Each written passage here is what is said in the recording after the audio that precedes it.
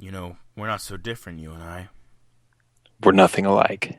You know, for B, our mom's names both start with M. We're literally cousins. Our last names are both Galleon. Our middle names both start with S.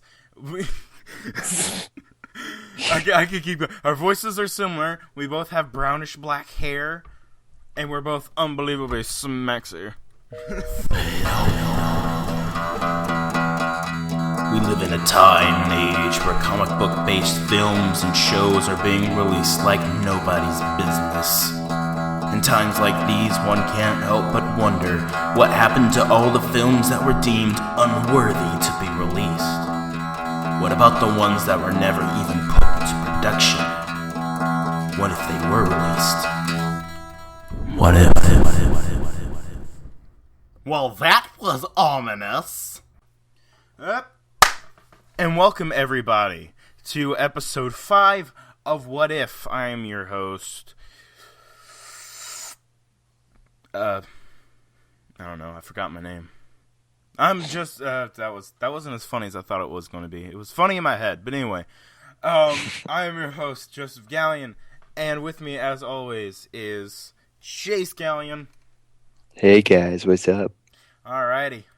Well, this episode we are going to be talking about the Daredevil reboot that almost happened before the rights reverted back to Marvel. So, Chase, before we get into it, you got any, little bit of, just, forethoughts about that notion, if you will?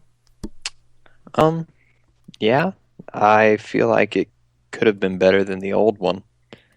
That's for sure. Wouldn't have to try hard. Oh! Yeah, that's for sure, Sorry, might be. But, yeah, so I guess we'll go ahead and get into kind of a little bit of a story. So of course, in the early 2000s, superhero movies were just really getting started. After, Christopher Reeves in the 70s, the Batman movies in the 80s and 90s, and all these movies were coming out. Those franchises were really the only successful ones until, Blade, X-Men, and Spider-Man. Right. And so, with the super awesome success of the Spider-Man movies, Fox was like, alright, we're doing Daredevil, but instead of making it a pretty dark story, we're going to do it in the same way that Sam Raimi did Spider-Man. That's not how it works, but alright. No. So, thus, we got the Ben Affleck Daredevil film. Almost said Batman. Yep. And kind of to talk about that film, it made Ben Affleck say that he'd never do a comic book movie again. Of course, he was wrong because Batman, but in his mind, he's just like, unless they give me Batman. Yeah. Never doing it again. Unless we do Batman. Listen, this is Batman, okay. But yeah, so the movie had its impact. Michael Clark Duncan was awesome in that role as the Kingpin. Michael Clark Duncan is awesome in anything he's in. He was the best part of Green Lantern. He's the only good part of Green Lantern as Kilowog, just saying. But yeah, and so the impact of the film was felt. Michael Clark Duncan returned as the Kingpin in Spider-Man the New Animated Series, which was that one animated show that kind of happened there in the early 2000s and lasted one season.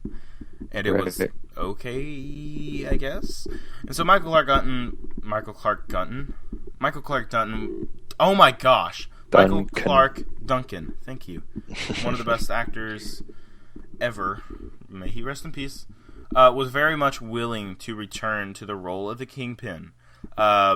And Ben Affleck, not as much as we already discussed. But of course, in about September 3rd, 2012, Michael Clark Duncan did pass away, which kept him from returning to the role, obviously. Mm-hmm. It also kept him from returning to The Finder, which I really wanted to get a second season. But that's a really good show. If you guys don't know about it, Fox had a show called The Finder for one season, and it was really, really good.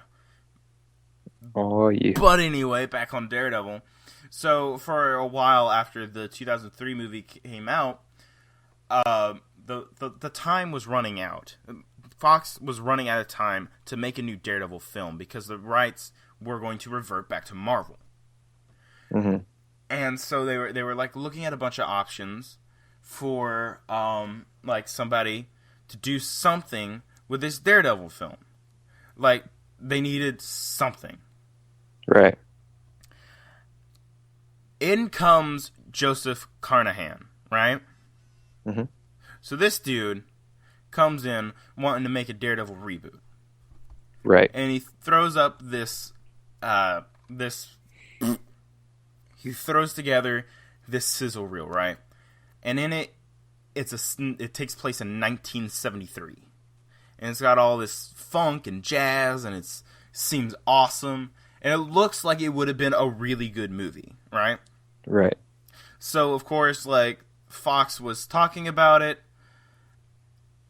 but, like, nothing really happened. Prior to Joe Carnahan coming into it, there was a director called David Slade that was working on the reboot. Like, and that was back in 2010 or so. And before that, Tom Rothman already announced that a Daredevil reboot was coming, and they're thinking very serious about it. And that was back in 2008. Mm-hmm. And Tim Rothman actually said, what it really needs is it needs a visionary at the level that Christopher Nolan was. It needs a director, honestly, who has a genuine vision. Which, of course, Joe Carnahan absolutely had. Which, so, I don't know, given the test footage that we saw, not test footage, sizzle reel, and if you guys do not know, the sizzle reel is on YouTube, so if you want to go ahead and watch that, go to YouTube, look up Daredevil Reboot Sizzle Reel. It's really, really good. So me and Chase have both seen the sizzle reel. Chase, what are your thoughts? I'm with you. I think it could have been a pretty good film. Definitely better than the last. Yeah. I really like the fact that it was set in the 70s. Mm-hmm. That's different, and I like it. Yeah, honestly, like, if this film was made, and if it was good, I wouldn't complain. Don't get me wrong, I absolutely love the Daredevil Netflix show. In fact, I think it's the best television, like, superhero television show that you will ever see. Are those two seasons of Daredevil, because it's so good. And Vincent D'Onofrio freaking kills it as the Kingpin. Now, the Kingpin, from what it looked like from the sizzle reel, would have actually been the villain of the film. So, right. I don't know. Thoughts about that? Yeah, no problem with it. Yeah. Which, everybody seems to be like, yeah, no, Daredevil and the Kingpin, that's the thing. That's the thing to do. And, which, I mean, technically, Kingpin didn't even, like, appear in a Daredevil film to begin, or a Daredevil comic to begin with. He appeared in a Spider-Man comic first, if I'm not mistaken. I might be wrong. But, nowadays he's more of a Daredevil villain, but he's also been known to be really a Spider-Man villain. Yeah. And actually, hey, just a little plug. Go follow us on Twitter, by the way, where we retweeted, where I had tweeted Vincent D'Onofrio, and I asked him, so besides Daredevil and the Punisher, what's a hero that you would like to see go head-to-head with Wilson Fisk? And yeah, he did actually. I looked it up real quick, so that's why I was kind of like, my voice was trailing off, was because my full attention was not on talking. But Kingpin did appear in The Amazing Spider-Man number 50. But, and Vincent D'Onofrio actually tweeted back, which was insane for me. And he said, Spider-Man, where it all began. Of course, he did spell where wrong. He spelled where. So it's Spider-Man, where it all began.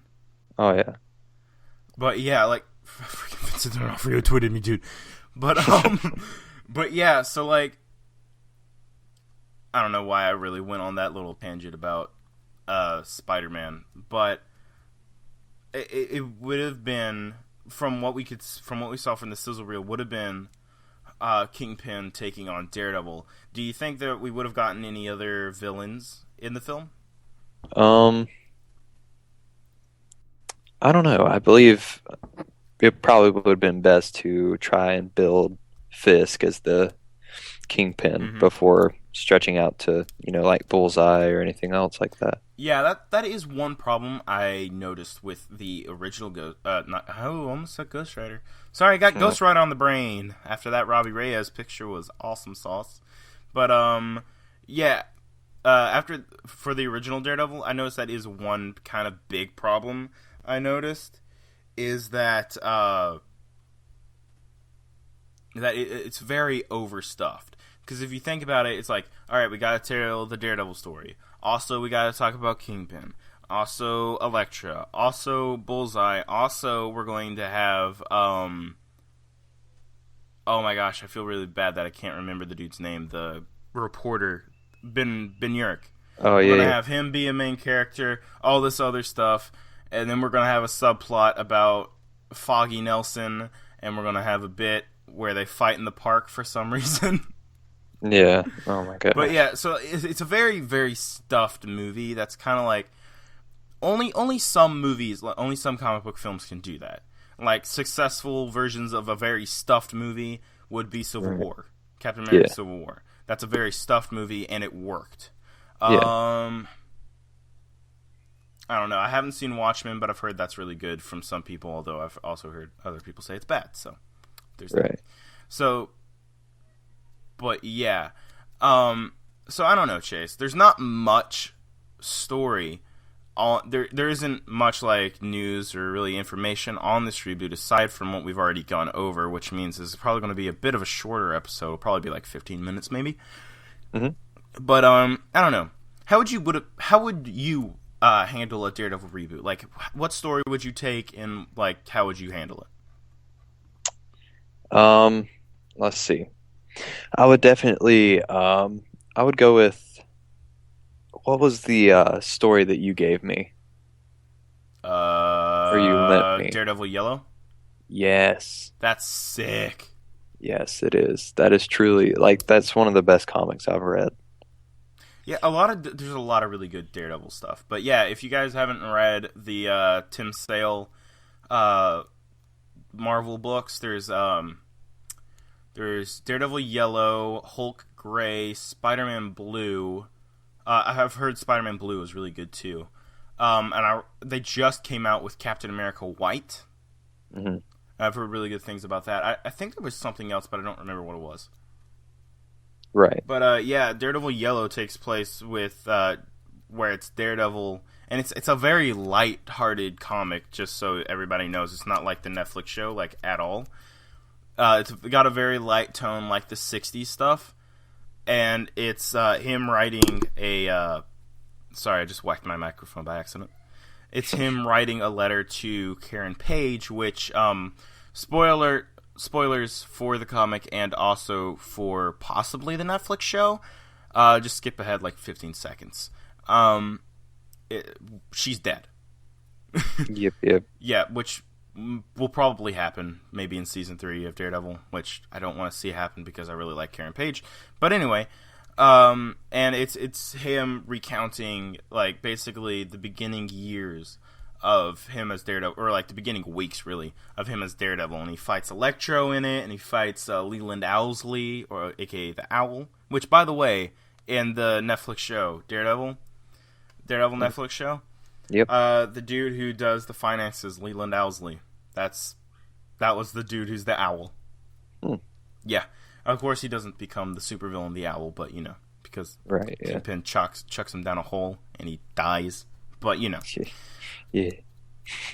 hey, actually, real quick, since there isn't much to talk about, one cool that came out, one little cool. Oh my gosh, freaking words! 1 second, water. Nice. So one bit of information that did come out about the Netflix show, because of course we're talking about the Netflix show because it's freaking amazing. Hmm. Originally they wanted to end the entire series with Leland Owlsley surviving to the end, getting on a boat, starting to leave. All of a sudden, a sniper, like red dot, lands on him, freaking blows him away, and then it zooms in to like it like cuts to who shot him, and it's just the Punisher skull. That would have been sick. Oh But yeah. I think I like the way that they ended the first season a little bit better because it ended with Daredevil. And Right. unless they did it as like a end credits scene for the Netflix show, which, hey, I would not complain. Yeah. But No. yeah, so I mean, the success of the original Daredevil film, it was kind of, I don't know, it was all right. The success it had, it wasn't super huge. Worldwide, it got 179 million, which isn't really anything to sneeze at necessarily. But excuse me. But it isn't great compared to like what Spider-Man 2, and stuff like that had gotten. Right. And so, I mean, not to mention that the fact that it was kind of hurt because the original Daredevil film was banned in Malaysia because reasons. I don't actually know the exact reason why. But, one second, I found it right here. It says excessive violence and sexual material or elements which can create chaos in the community. Okay. All right, then. Whatever. Sure. Why not? It's because it had Evanescence in it. That's what it was. Yeah. That's Wake me up inside. Freaking, I love that song.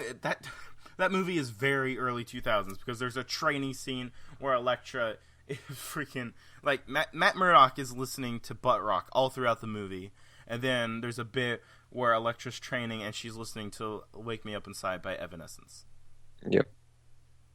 Wake me up inside, can't wake up. But okay. Gosh. That song's insane. I want to see it in season 3 of Daredevil or The Defenders. Give it to me right now. Oh my gosh. Everything's better with Evanescence.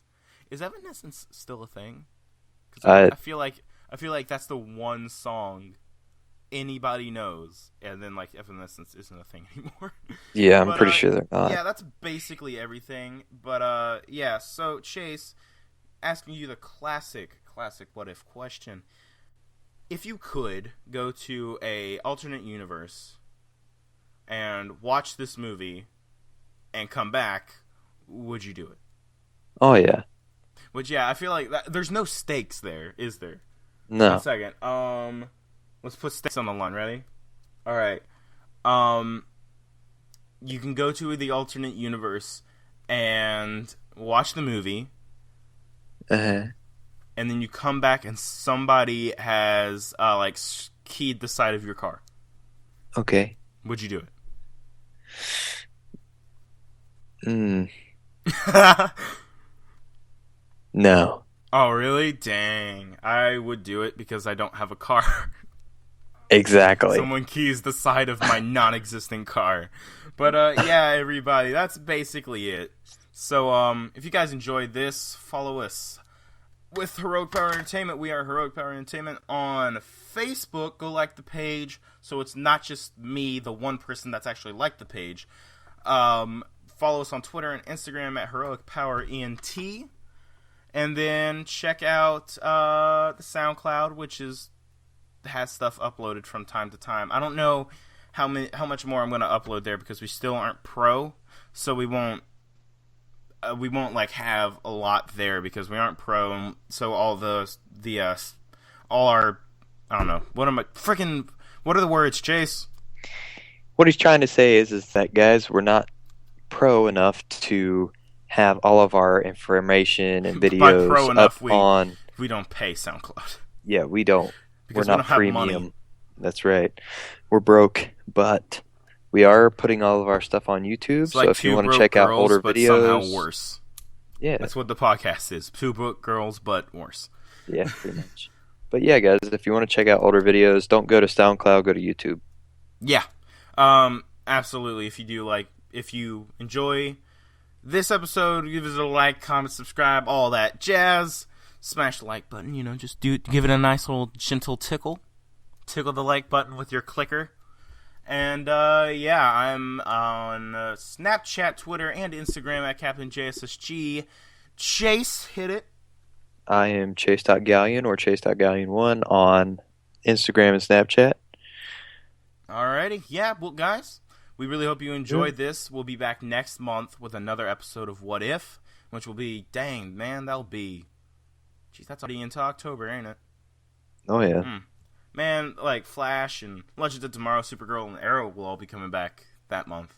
Dang right. Oh, I'm excited. Maybe we'll do a Green Arrow Supermax episode. We'll see. Yeah.